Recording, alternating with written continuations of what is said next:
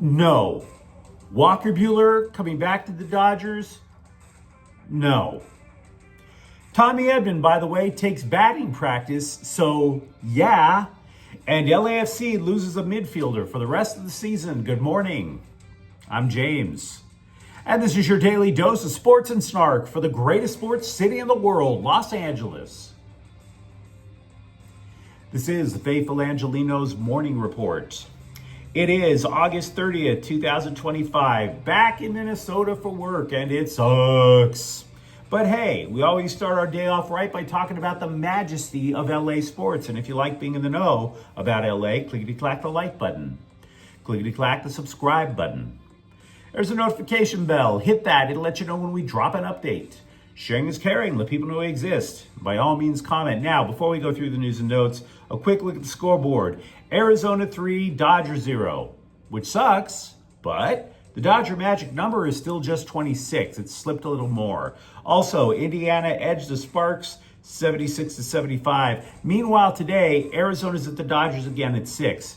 It is the season opener for college football in the Southland. Missouri State is going to play at USC at 4:30. Look, quick preview. There's no way in hell Missouri State wins this game. If it matters, if you're looking for something, this is all going to be about the Trojans' lines, offensive and defensive. We have been harping all week about USC's makeshift offensive line. You can even see it in the season preview on this channel. Look for it on the USC playlist. I think the lines are even more important than Jaden Mayava's development. USC loves their running backs. They would love to commit to the run.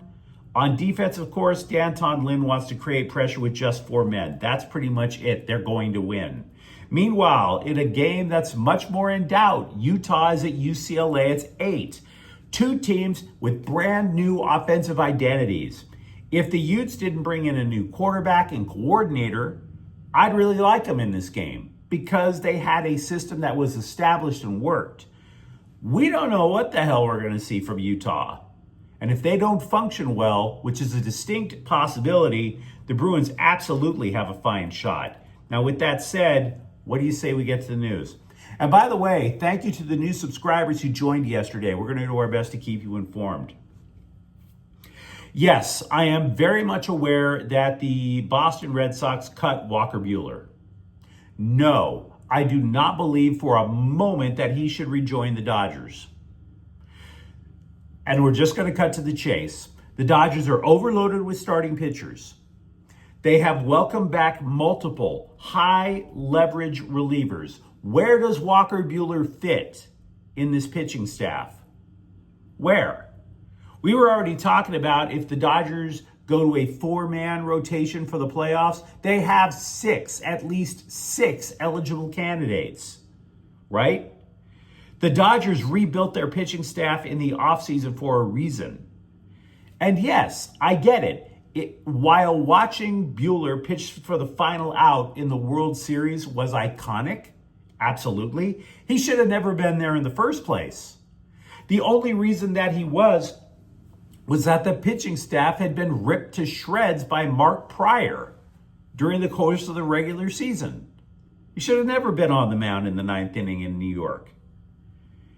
And by the way, aside from whether or not Buehler would be the last resort, if you believe he's all of a sudden going to regain the form that made him a potential ace before his second Tommy John surgery, understand that while he was terrible in Boston, and he was terrible, he may have been worse in LA last year. One iconic moment to wipe away the memories of a lot of bad outings. His ERA in LA last year compared to Boston this year, just as bad. Boston cut him. Runners on base allowed per inning, just as bad, and yet Boston cut him. Record in LA was demonstrably worse. How is this an upgrade? Respect and revere Walker Buehler. Yes, I get it. But yeah, you don't bring him back. Let me know, of course, what you think in the comments thread. Meanwhile, Tommy Edman has been taking live batting practice, which made a lot of people at Dodger Stadium pretty doggone happy. Now, he's been on the injured list since the beginning of the month, about a couple of weeks. He turned an ankle, and he said two things that were somewhat surprising. One was that he said he wanted to return in early September, and then everybody looked at a calendar and said, yeah, we know. The other thing that was kind of interesting, though, was that he said he envisions returning to play center field. Now, if this happens, this is going to set off a chain reaction, which is probably very much to the Dodgers' benefit, even though Edman is only hitting 220 in the 220s so far this year. Him going to center shifts Andy Pages from center to right, theoretically. Pages going from center to right shifts Teoscar Hernandez and the glove of doom back to left field where he belongs. So you got that going for you. Welcome back, Tommy Edman. He says early September, that would translate into a day or so from now, right? We talked earlier about Walker Buehler not fitting. You know, speaking of not fitting, we all need a buddy. You need a buddy. I need a buddy. But there is one buddy who knows where he's not wanted. Buddy Kennedy has cleared waivers with the Dodgers. He elected to become a free agent instead of going to Oklahoma City. And when you're faced with a travel option like that, I understand. Boy, do I understand. The bookie who placed all those wagers for Shohei Ohtani's interpreter, while simultaneously using Shohei Ohtani's money, was sentenced to a year in the federal pen. I bring this up for two reasons. One, this is going to lead yet to another surge of conspiracy theories out of Slime Diego over how it wasn't Ohtani's interpreter, but Ohtani being a gambling addict who should be drummed out of baseball, sent to Japan, and then sent from Japan to North Korea where Kim Jong-un can deal with him. Be prepared for all of that. Despite the fact that that conspiracy theory, to say that conspiracy theory has been debunked is a massive understatement. It's basically been torn to shreds, lit on fire, and then put under about 50 tons of camel turd. Nobody buys it with who's actually been in the investigation. There is no there. And then the second reason is that even though it's not the interpreter that goes to jail, I still get to read about the interpreter, and it's one of the final times that I will ever get to reference Ippy Mizuhara. And trust me, whenever I have a bad day, and yesterday was god-awful, just saying Ippy brings a smile to my cake hole. So, yeah, that's a plus. TMZ and other outlets have made this huge deal over Freddie Freeman pulling out nose hairs on camera during a game. Oh, how gross, wrote men. Not women who are looking for deal breakers on a way to get out of a night of speed dating. No. Men. Really. Like, we're all known for genteel behavior? Really? You're offended when he got caught doing something you damn well know you do yourself?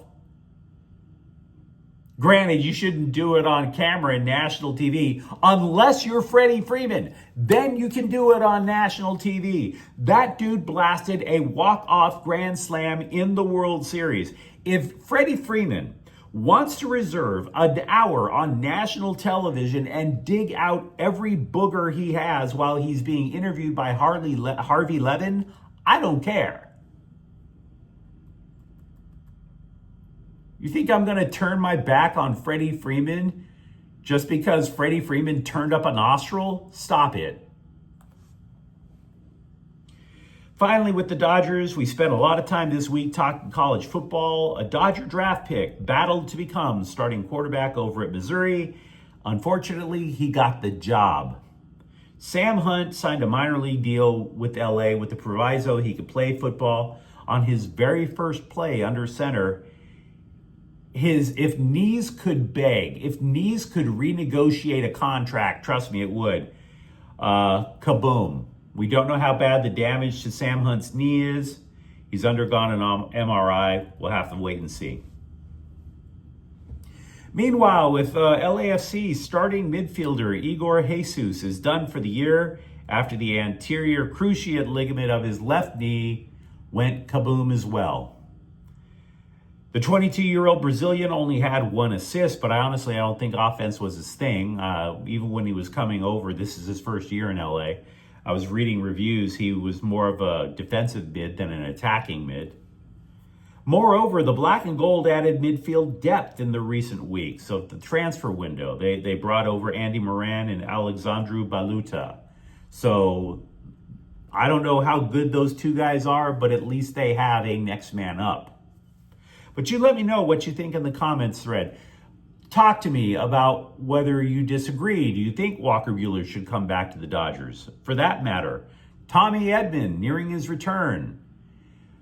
Do you anticipate something different happening with the Dodgers when that takes place? And if you enjoyed the update, don't forget to subscribe to Faithful Angelenos. We're talking LA sports every single day. Thank you for watching. I'm James, and we'll be back tomorrow. Faithful Angelenos is a Quian Corte El Queso production. Take care.